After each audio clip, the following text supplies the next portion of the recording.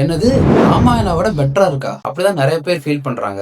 என்னன்னு பார்த்தலாமா? கிருஷ்ணா அவதாரம் அப்படின்னு சொல்லிட்டு ஒரு புது ட்ரெய்லர் மல்டி லாங்குவேஜ்ல வந்திருக்கு. பிரேக் டவுன் பண்ணிடலாம் வாங்க. ட்ரெய்லரோட ஆரம்பமே ரொம்ப கேட்சியா இருக்கு. பிகாஸ் கர்மாங்கிறது எந்த மனுஷனையும் விடாது. அது மனுஷன் அவதாரம் எடுத்த கடவுளா இருந்தாலும் சரி அப்படின்னு சொல்றாங்க. மனித உருவில் இருக்கும் கடவுளாயினும் இந்த டிக்டேஷனை ரொம்ப பெயின்ஃபுல் மெலடியா கொடுத்திருக்காங்க. பிகாஸ் இன்ஸ்டன்டா அந்த ட்ரெய்லரை பாக்குறதுக்கான கியூரியாசிட்டி நமக்கு கிரியேட் ஆயிடுது. நம்ம சின்ன வயசுல இருந்தே கண்ணன் ராதை இந்த மாதிரி கார்ட்டூன்ல இருந்து பாத்துட்டு வரோம். அதனால இந்த கேரக்டர் வந்தனால என்னவோ தெரியல, இமீடியட்டா நமக்கு வந்து பிடிச்சு போயிடுது. ட்ரெய்லரோட மெயின் கான்செப்ட் லவ் ட்ரிவனா இருக்கு.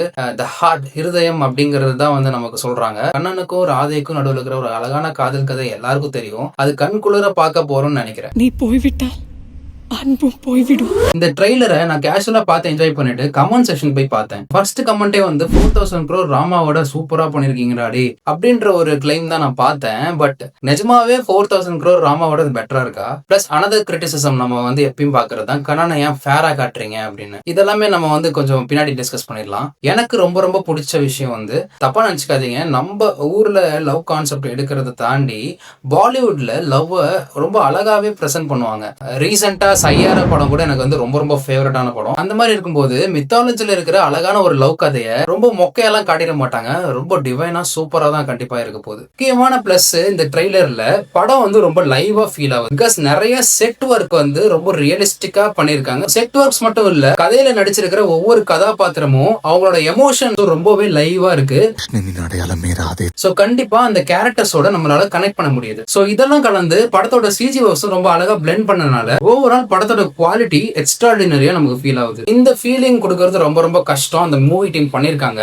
ஆனா இந்த ஃபீலிங் கொடுத்தனால இந்த ப்ராடக்ட்டை தூக்கி பேசுறதுக்கு இந்த ப்ராடக்ட்டை இறக்கி பேசுறது தப்பு தானே. கம்பேர் பண்ணி பாக்குறது தப்பு கிடையாது. நம்ம இப்ப அதை தான் பண்ண போறோம். இப்போ இந்த ட்ரெய்லர்ல நம்ம இருக்கிற பெஸ்ட் ஷாட்ஸ் பாத்திரலாம்.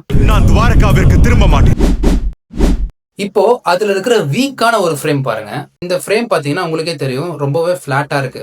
ஆனா இவ்வளோ பெஸ்ட் ஷாட்ஸ் இருக்கிறதுக்கு நடுவுல இந்த மாதிரி 1-2 ஃப்ரேம் வந்துட்டு போனாலும் நமக்கு அது பெருசா தெரியாது. ஏன்னா கிருஷ்ணர் ராதை எவ்வளவு லவ் பண்ணாரோ அந்த மாதிரி நாம இந்த ட்ரெய்லரை பிகினிங்லயே லவ் பண்ண ஆரம்பிச்சிட்டோம். அதே மாதிரி ராமாயணாக்கும் நீங்க அந்த லவ் கொடுத்திருந்தீங்கன்னா மேபி தெரிஞ்சிருக்காது. அப்படியே அதையும் மீறி தெரியுது அப்படின்னா அது வந்து ஒரு ஸ்டார்டிங் கிளிம்ஸ் மட்டும் தான். ஏன்னா இந்த படம் மே 7ஆம் தேதி ரிலீஸ் ஆக போகுது. இந்த ட்ரெய்லர்ல பாக்குற முக்காவாசி விஷுவல்ஸ் தான் ஃபைனல் விஷுவல்ஸா இருக்க போகுது. ஆனா ராமாயணம் அப்படி கிடையாது, அது ஒரு கிளிம்ஸ் தான். அதுல நீங்க பெஸ்ட் ஷாட்ஸை நீங்க பாத்தீங்கன்னா தெரியும் எந்த லெவலுக்கு ஒர்க் பண்ணிருக்காங்கன்னு. அதே மாதிரி அதுல இருக்கிற ஒர்ஸ்ட் ஷாட்ஸ் சொல்றது வந்து இன்னும் அன்பினிஷ்டா இருக்கிற ஒரு ஒர்க்கை தான் நம்ம சொல்லிட்டு இருக்கோம். நான் ரொம்ப முட்டு கொடுக்கல, ராமாயணால கண்டிப்பா வீக் ஃப்ரேம்ஸ் இருந்துச்சு. ஃபார் எக்ஸாம்பிள் இந்த ஃப்ரேம்ஸ்லாம். இன்னொரு மேஜர் ப்ராப்ளம் வந்து படத்தோட பட்ஜெட் 4000 கோடின்னு சொன்னனால அந்த 4000 கோடிங்கிறது நம்ம மண்டையில அப்படியே ஏறிடுச்சு. பிகாஸ் 4000 கோடி வச்சு என்னடா பண்ணீங்கன்னு. ஆனா நிஜமாவே ஒரு படத்தை இவ்வளவு கிராண்ட் ஸ்கேல்ல பண்ணணும், இத்தனை ஆர்டிஸ்ட் வச்சு பண்ணணும், பிளஸ் வந்து இந்த அளவுக்கு டைம் பீரியட் எடுத்துக்கிறாங்க சிஜி ஒர்க்ஸ்க்காக அப்படின்னா கண்டிப்பா அதுக்கான பட்ஜெட் ஆக தான் செய்யும். மேபி அவங்க எக்ஸ்ட்ரா கூட அந்த பட்ஜெட்டை சொல்லிருக்கலாம். பிகாஸ் படத்தோட க்ரூ வந்து ஒரு எக்ஸ்பெக்டேஷனை கிரியேட் பண்ணுங்கிறத அவங்களோட பாயிண்ட் ஆஃப் வியூவா இருக்கு. அதனால அப்படி கூட இருக்கலாம். சோ என்ன வேணா இருக்கலாம். நம்ம படம் வந்ததுக்கு அப்புறம் அதை பத்தி நம்ம டீட்டெயிலா பேசலாம். இன்னொன்னு மேஜரா இருக்கிறது, கருநீல கண்ணன் தான் நம்ம பார்த்திருக்கோம். அந்த கண்ணனை ஏன்டா ஃபேரா காட்டுறீங்க அப்படின்றது ஒரு பெரிய மேஜர் கொஸ்டினா இருக்கு. இது வந்து ஒரு கான்ட்ரவர்சியான டாக்கு. பட் எனக்கு தெரிஞ்ச அளவுக்கு என்னோட ஒப்பீனியன் நான் சொல்றேன். கண்டிப்பா ஒரு டார்க் ஸ்கின் ஆக்டரை எடுத்து கண்ணனா வந்து காமிச்சிருக்கலாம். ஆனா இங்க அவங்க அதை பண்ணலை. எதனால அப்படின்னா பிகாஸ் அவங்க ஹண்ட் பண்ணும்போது மேபி அவங்களுக்கு தேவையான ஆர்டிஸ்ட் கிடைக்காம போயிருக்கலாம். ஒரு கதாபாத்திரத்தை இந்த கேரக்டரால நல்லா பண்ண முடியும்னு ஒருத்தரை நமக்கு வந்து ஃபீல் ஆகும். அந்த ஃபீல் ஆகும்போது அவங்கள காஸ்ட் பண்ணாம என்ன பண்றது? நீங்க மகாபாரதம் சீரியல் பார்த்திருக்கீங்களா? நான் சின்ன பையனா இருக்கும் போதெல்லாம் பார்த்திருக்கேன். இப்போ கூட விஜய் டிவில போயிட்டு இருக்கு. அதுல பாருங்க, கிருஷ்ணரா வர்றவரு டார்க்கா இல்ல ஃபேரா தான் இருக்காங்க. ஆனா இப்போ வரைக்குமே அந்த கிருஷ்ணன்னா அவரு தான் அப்படின்ற அளவுக்கு அந்த பர்ஃபார்மன்ஸும் சரி, அந்த காஸ்ட் சரி, அந்த டிசைன் சரி, எல்லாமே அவ்வளோ அழகா இருக்கு. அப்போ அந்த நேரத்துல அதை ரசிக்காம நீங்க ஏன் வந்து வெள்ளையா தான் எடுத்திருக்கீங்க, ஏன் கருப்பா காமிக்கலன்னு நம்ம வந்து அதை பாயிண்ட் அவுட் பண்ணோம்னு வச்சுக்கோங்களேன், நமக்கு தான் அது வந்து மைண்டும் ஸ்பாயில் ஆகும். அதை ரசிக்கிற தன்மையும் கம்மியாயிடும். மித்தாலஜியா நான் சொல்லல, ஒரு ஃபிலிம் மேக்கிங் பெர்ஸ்பெக்டிவா தான் இதை பாக்குறேன். பிகாஸ் ஒவ்வொருத்தரும் ஒவ்வொரு மாதிரி மேக் பண்ணுவாங்க. அந்த இதுல பாசிட்டிவ்ஸ் இருக்கும், நெகட்டிவ்ஸ் இருக்கும். ஸோ அது ஒரு நெகட்டிவா நீங்க ஃபீல் பண்ணலாம். பட் அந்த நெகட்டிவா நீங்க ரொம்ப ஓவர்லோட் பண்ணீங்கன்னா இந்த படத்துல இருக்கிற பாசிட்டிவ்ஸை நம்ம கண்டிப்பா விட்டுருவோம். பிகாஸ் கல்கி படத்தை எக்ஸாம்பிள் எடுத்துக்கோங்க. அதுல கிருஷ்ணரை டார்க் ஷேடை தான் காமிச்சாங்க.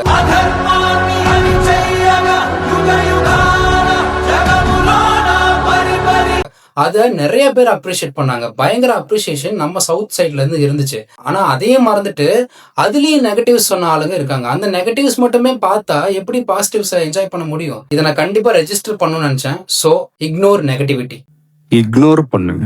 நெகட்டிவ் இக்னோர் பண்ணிட்டு நம்ம கம்பேரிட்டிவா பண்ணி பார்க்கறது எந்த தப்பும் கிடையாது. இதை விட இது பெஸ்டா இருக்கா, ராமாயணா விட இது சூப்பரா இருக்கா அப்படின்னா கண்டிப்பா ராமாயணா விட இது சூப்பரா தான் இருக்கு. பிகாஸ் அந்த பட்ஜெட்ல இவங்க புது ஆர்டிஸ்ட வச்சு இந்த அளவுக்கு பிரசன்ட் பண்ணிருக்கிறது ரொம்பவே நல்லா இருக்கு. பட் ராமாயணா விட சூப்பரா இருக்கா அப்படின்னா அந்த லிமிடெட் ஜோன்ல சூப்பரா இருக்கு. ஆனா ராமாயணா ஒஸ்டா அப்படின்னா கண்டிப்பா கிடையாது. பிகாஸ் இன்னுமே நம்ம ராமாயணால நிறைய பார்க்க வேண்டியது இருக்கு. மேபி ரன்பீர் கபூரை பிடிக்காத ஆளுங்களுக்கு அந்த ராமா டீசர் பிடிச்சிருக்காது. ஸோ நெகட்டிவா நம்ம வந்து ஒரு விஷயத்த பார்த்தா கண்டிப்பா பிடிக்காது. அதே நீங்க பாசிட்டிவ் அப்ரோச்சா இவங்க என்ன பிரசன்ட் பண்ண பாக்குறாங்க, ஓகே இதை நம்ம பார்க்கலாமேன்னு சொல்லிட்டு ஒரு நியூட்ரல் மைண்டா நீங்க சப்போர்ட் கூட பண்ண வேணாம், நியூட்ரல் மைண்டா நம்ம பார்த்தோம்னா கண்டிப்பா இந்த உலகத்துல எல்லாத்தையுமே ரசிக்கலாம். ஸோ அதுதான் கம்பேரிசன் பண்ணி பார்க்கலாம். ஆனா நெகட்டிவ் பாயிண்ட் ஆஃப் வியூல எது பார்த்தாலுமே அது நமக்கு ப்ராப்ளமா தான் இருக்கும். ஸோ ஓவரால் கிருஷ்ண அவதாரமோட ட்ரைலர் செம்மையா இருக்கு.